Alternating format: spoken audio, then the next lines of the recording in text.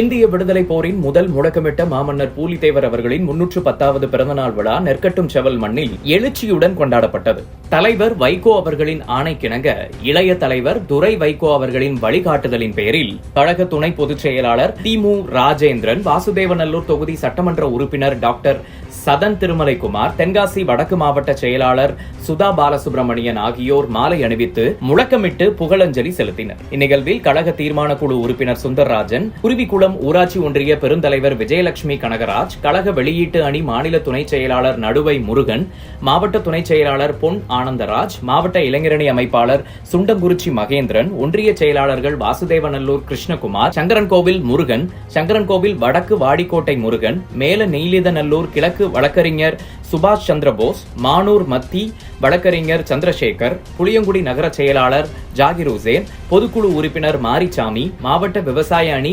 மலையடிக்குறிச்சி மாடசாமி, கடையநல்லூர் ஒன்றிய பொருளாளர் சிங்கிலிப்பட்டி முத்துராஜ், ஒன்றிய துணை செயலாளர் மணிராஜ், தென்காசி நாடாளுமன்ற தொகுதி இணையதள பொறுப்பாளர் ரமேஷ் சங்கரன், கழக தோழர்கள் புளியங்குடி சங்கர், வாசுதேவநல்லூர் முன்னாள் பேரூராட்சி உறுப்பினர் மாரியப்பன், மருதங்கிணர் ராமசாமி, இளைஞரணி வாசு சம்சுதீன் முருகன், இளைஞரணி மருதன் கிணறு சண்முகராஜ், பிரபல ஒளிப்பதிவாளர் தெற்கு அச்சம்பட்டி செல்லதுரை,